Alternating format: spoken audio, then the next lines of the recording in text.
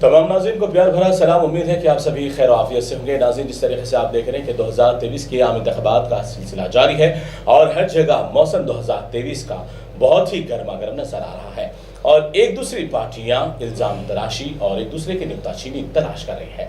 लेकिन दरहकीकत देखा जाए तो कौन सी पार्टी ने रियासत को तरक्की दिलाई, कौन सी पार्टी ने रियासत की आवाम को धोखा दिया, नुकसान पहुंचाया, इन तमाम बातों को लेकर हम हर मौके पर खास मुलाकात का सिलसिला जारी रखे हुए हैं और हर खास मुलाकात के अंदर एक एक नए मेहमान हमारे साथ जुड़े हुए हैं। और आज के खास मुलाकात प्रोग्राम में हमारे साथ आज वज़ीर तालीम मोहतरमा सबिता इंदिरा रेड्डी साहिबा के फर्जंद मोहतरम जनाब कार्तिक रेड्डी साहब आज हमारे स्टूडियो तशरीफ लाए और आज उनके साथ खास मुलाकात का प्रोग्राम है। बहुत बहुत शुक्रिया कार्तिक साहब, आप तशरीफ लाए।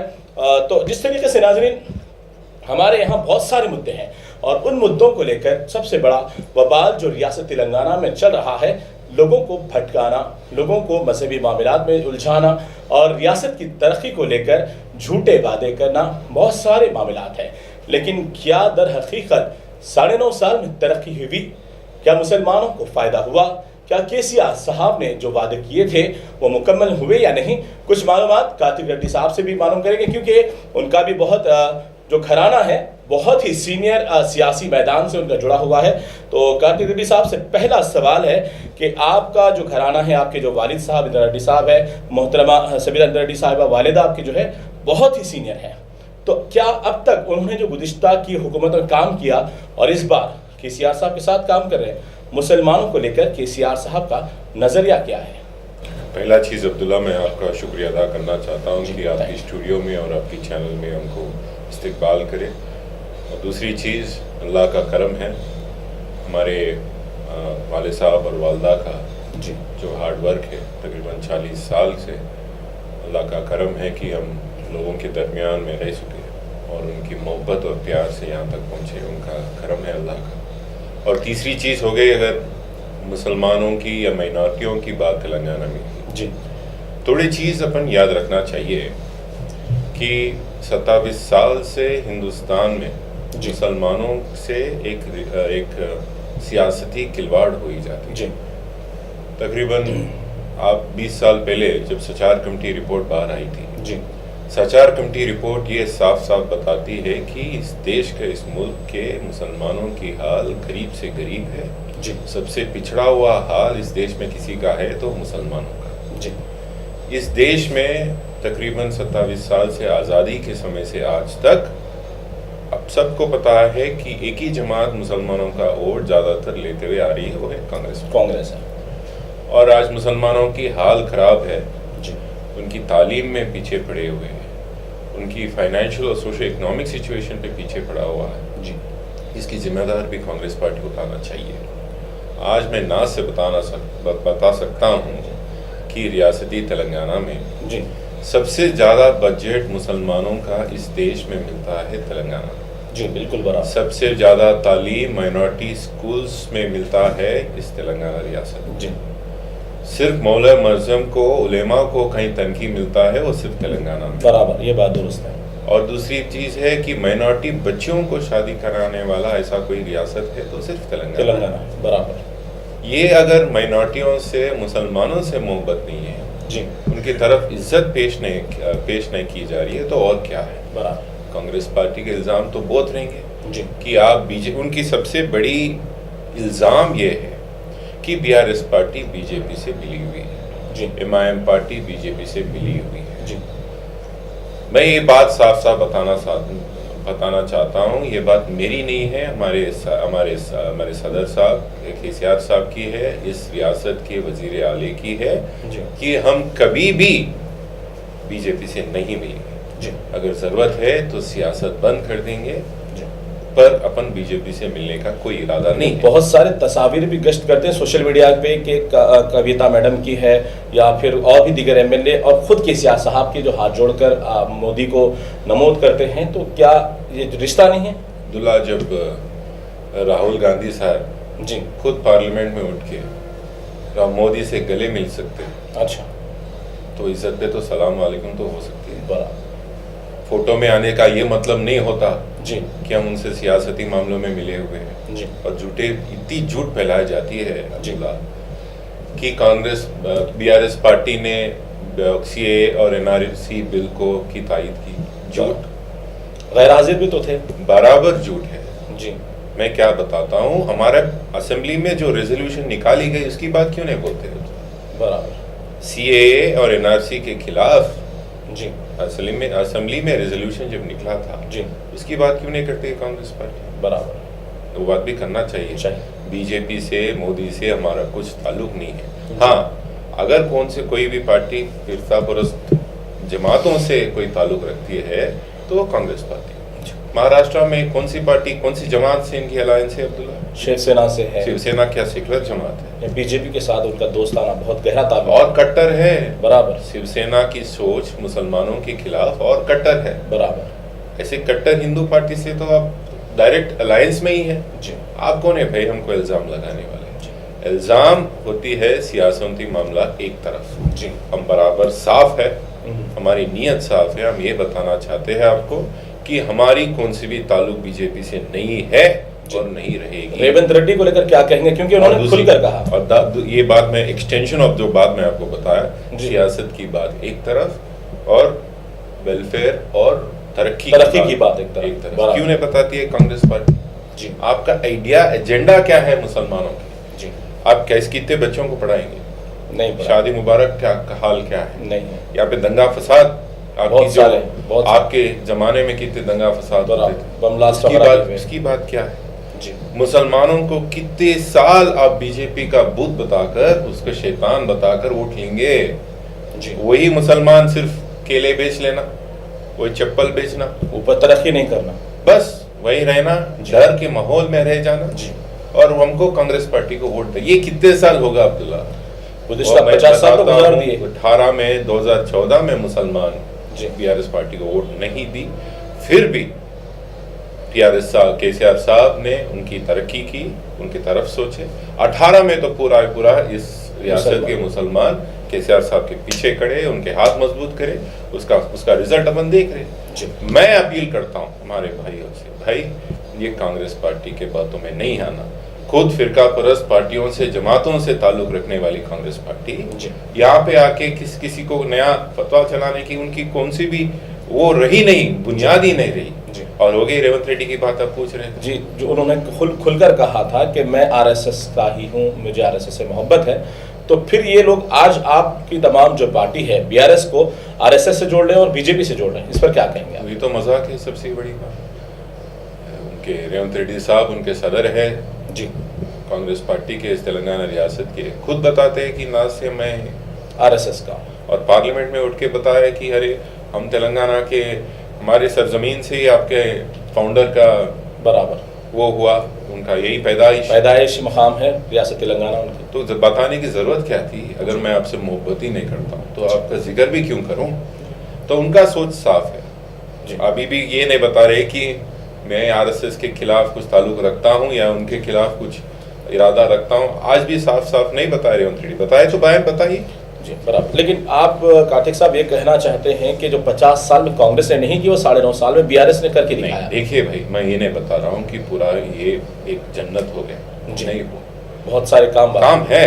मैं ये नहीं बता रहा हूँ कि जन्नत हुआ, पर मैं पक्का बता सकता हूँ कि कांग्रेस पार्टी के हुकूमत से तो केसीआर साहब की हुकूमत ज्यादा करी, बेहतर है। हाँ, ये तो मानेंगे, सब मानेंगे, क्योंकि आसरा पेंशन है, बहुत सारे स्कीमात है, शादी मुबारक, इमाम मौज़न, स्कॉलरशिप्स वगैरह है, तो बहुत अच्छी। लेकिन मुसलमानों को लेकर हर हुकूमत टारगेट करती है कि मुसलमान कमज़ोर कहती है, लेकिन बीआरएस की नज़र में मुसलमान क्या कहती है, क्या है उनका हक और उनकी कितनी उनकी ताकत है? आप देखिए, हमारी पार्टी में, हमारी जमात में जी, हमारे होम मिनिस्टर कौन है? मुसलमान है। हर मीटिंग में सीएम साहब तो इमामी शरीफ तो पहन के निकलते, इमाम ज़मीन बराबर मानते हैं जी। कभी भी हुआ कोई अगर सिंबॉलिक रिप्रेजेंटेशन के लिए, मोहम्मद अली साहब तो बगल में बैठते, बाजू रहते। हर उनकी जलसे में उर्दू में तो 2 मिनट बोलते हैं, हमारे बराबर बोलते हैं। वो हमारी इज्जत है, वो हमारी मोहब्बत है। दिस इज रिप्रेजेंटेटिव पॉलिटिक्स जो एक मिसाइल के दौर से उन्हें पेश करना चाहते हैं कि मुसलमान are part of this government. उससे ज़्यादा तो क्या होगा अब्दुल्ला? कांग्रेस पार्टी कर सकती क्या? मैं चैलेंज करता हूँ कि आप होम मिनिस्टर बनाएंगे एक मुसलमान को?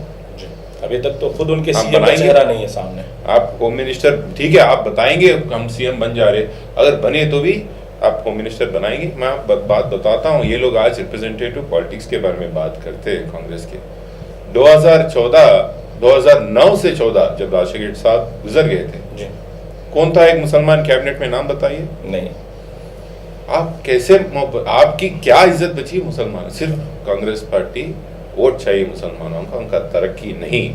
जी नहीं, ये बात साफ पता है, हमारे भाइयों को पता है ये बात जी कि तेलंगाना रियासत के मुसलमानों के बात साफ पता है, सिर्फ ये लोग हमारा वोट चाहिए।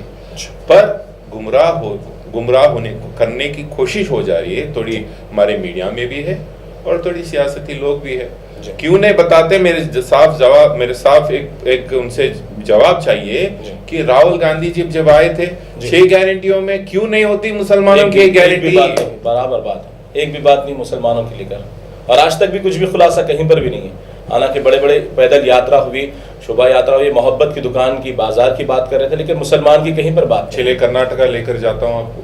जी क्या बोले कर्नाटका में, क्या बोले राहुल गांधी जी, हम सरकार में आते, हुकूमत में वापस आते ही हिजाब की बैन पूरी तरह खत्म कर देंगे और बजरंग दल को बैंड करेंगे। हुए 2 बार नहीं, फिर हालांकि रिसेंटली फिर एक मरतबा उन्होंने हिजाब को लेकर तनाज़ा। अभी भी मैं साफ बताना चाहता हूं आपके चैनल के जरिए, हमारे भाइयों को गुमराह करा जा रहा है, पागल बनाने की कोशिश हो रही है कांग्रेस पार्टी, वहां के मुसलमानों को भी।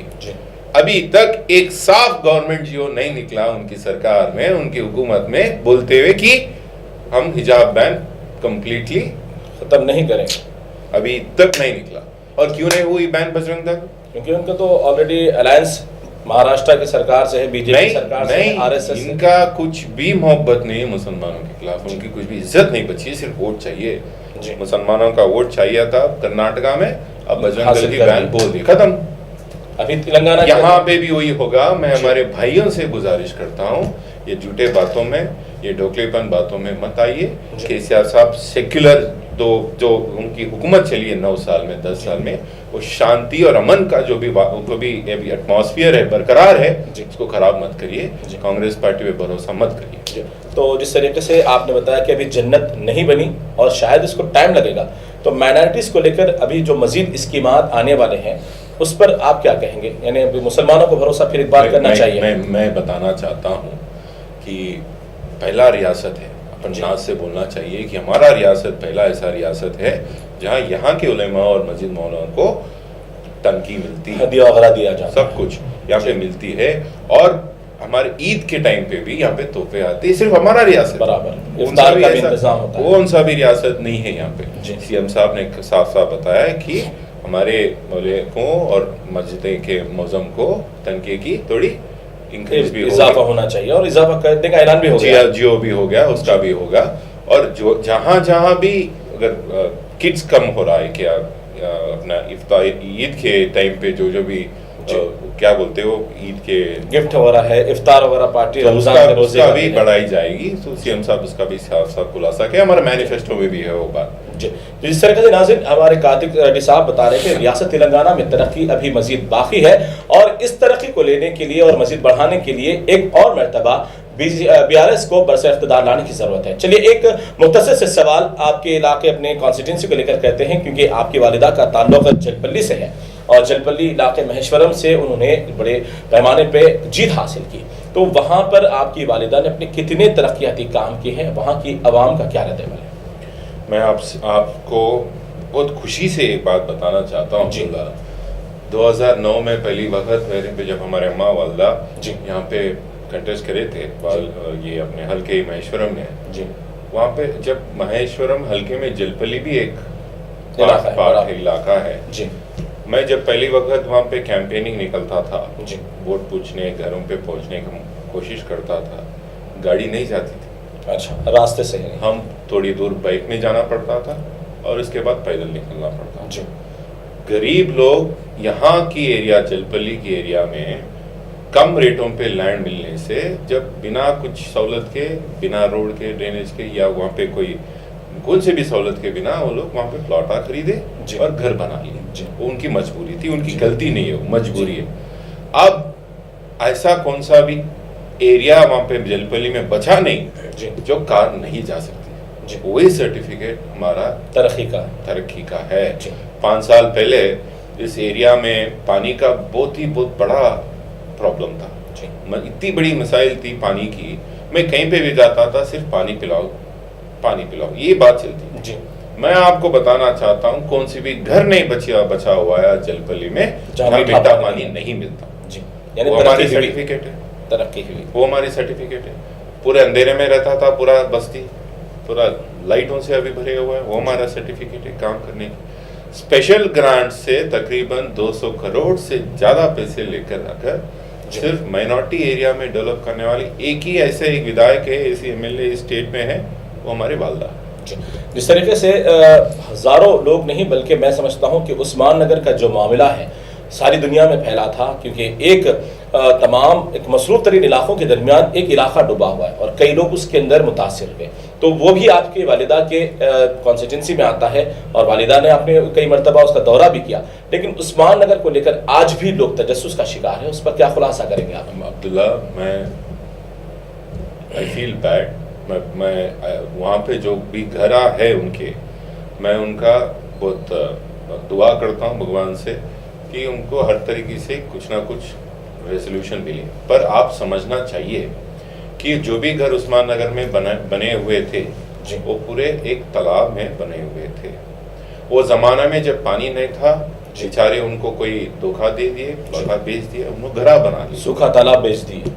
जब पानी आ गया तो पानी तो रुकता नहीं, बराबर अल्लाह के हाथ में, अपने हाथ में पानी बराबर। तो जब तालाब में घर बना गए, एफटीएल में घर बनेगे तो पानी तो आ ही गया। अभी बारिश का तो 8-9 साल से तो पानी तो बारिश ज्यादा ही हो रही है। बराबर। तो उस ताल्लुक से मैं बताना चाहता हूँ कि उस जो भी वहाँ के घर डूबे हुए हैं उनके लिए साफ एक प्रोग्राम बनाया गया कि उनको पट्टे कहीं और देंगे। अभी वादा नहीं, उनको भी पता है, उनसे अभी लिस्ट भी लिए हैं हम जी। उनका सर्वे करे, हमारे लोकल काउंसलर, हमारे वहाँ के चेयरमैन, हमारे एमआरओ लिस्ट बनाए गए कि कौन कौन का घर वहाँ पे डूबा हुआ है, किसको वहाँ पे उनको आप लोग देंगे, बराबर देंगे।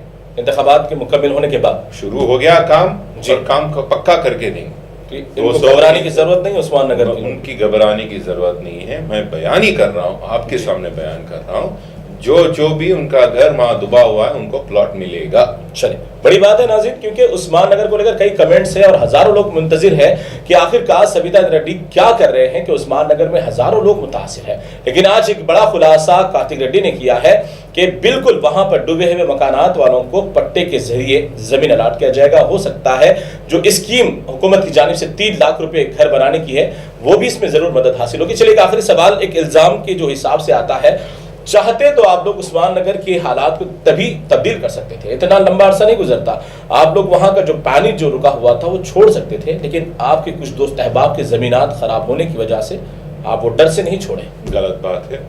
एफटीएल के बाउंड्रीज रहेंगे जी। एफटीएल के बाउंड्रीज से अगर पानी ज्यादा हो गया जी तो कोई भी पानी छोड़ना पड़ता जी, कोई भी रोक नहीं सकते जी। इरिगेशन डिपार्टमेंट में आप पता करिए जी, कोई भी नीचे दोस्त कौन है क्या नहीं है मुझे नहीं पता इस बातों की जी। पर पानी कब छोड़ी जाती है कौन से भी तालाब में, जब एफटीएल का लिमिट से ज्यादा पानी जब आती है, जब ही छोड़ी जाती है नीचे, कम मकदार वाले को नहीं छोड़ा जाता भाई। ये गलत इल्जाम है और इल्जाम तो लगाएंगे लोग, बराबर। तो चलिए, बहुत सारे सवालात एक दूसरे को चलते रहेंगे, लेकिन कार्तिक रेड्डी साहब से मैं गुजारिश करूंगा, जिस तरीके से आप एक बेटे होने के नाते अपनी वालिदा की कॉन्स्टिट्यूंसी में जो दिन रात मेहनत कर रहे हैं, तो जलपल्ली और महेश्वरम की आवाम से आप क्या आखिरी में अपील करना चाहेंगे? आप पूरे 3 कैंडिडेटों को परख किए जी। बीजेपी से तो कौन है, कैसे सोच रखते हैं वो मुसलमानों के खिलाफ, बराबर, वो तो खुलेआम है, जाहिर सी बात। वो भी कैंडिडेट भी कैसे सोच रखते हैं उनके बारे में पता करिए। और कांग्रेस कैंडिडेट है कौन, कब आएंगे आपके दरमियान में, कब मालूम करेंगे आपकी मुश्किलात, कब हल करेंगे? 5 साल यूं ही निकल जाएंगे उनके, 5 साल, ये 10 दिन के बाद भी नहीं दिखेंगे, उसके बाद नहीं दिखेंगे। मेरा गुजारिश है आपके तमाम नाजरीन जो भी है, मैं आपकी गुजारिश करता हूँ आपके जरिए कि लीडर है सविता इंदिरा रेड्डी, जो आपके मसाइल जानती है, जो आपके मसाइल हल करे हुए, ऐसे लोगों को दुआ करिए, ऐसे लोगों की तायीद करिए, फिर आपकी तरक्की होगी, अपने हल्के की होगी और रियासत के भी होगी इंशाअल्लाह। तो बहुत बहुत शुक्रिया कादिर साहब, आपने खास मुलाकात में वक्त दिया है। तो नाज़रीन, इस तरीके से कातिक साहब ने यह वाज़ेह तौर पे बता दिया है कि गुज़िश्ता 50 साल में जो कारनामे नहीं हुए वो 9 साल के अंदर हुए, और आने वाले वक्त में अगर भरोसा फिर एक बार अवाम BRS पर करती है तो मजीद जितनी भी कामयाबी की जो सड़कें, जो जितनी राह हमवार होनी है वो तो होती रहेगी। लेकिन बिलखुसूस महेश्वरम के ताल्लुक से आपने ये बताया कि उस्मान नगर की आवाम को दोबारा, जिनके मकानात डूबे हुए हैं, उनको घर